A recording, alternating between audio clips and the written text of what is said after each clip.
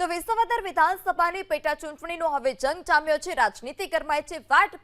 વાર પલટવારની પણ હવે શરૂઆત થઈ ચૂકી છે। આ તમામ વચ્ચે પ્રદેશ ભાજપ ઉપાધ્યક્ષ ડોક્ટર ભરત બોગરાના આપ પર પ્રહાર। આમ આદમી પાર્ટી પર બોગરાના નામ લીધા વગર પ્રહાર છે। પેરિસ જેવા રોડને લઈ વિરોધીઓ ખોટો પ્રચાર કરતા હોવાનો પણ ભરત બોગરાએ આરોપ લગાવ્યો છે।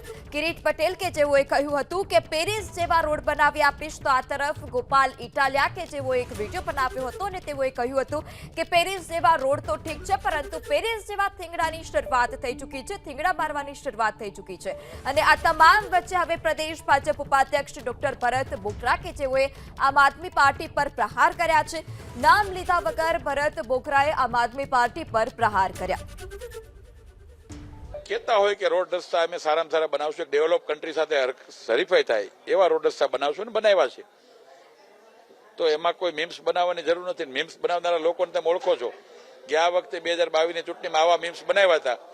136 સીટમાં આમ આદમી પાર્ટીની ડિપોઝિટ ઢોલ થઈ હતી। આ ગુજરાતની જનતા છે, શાણી જનતા છે।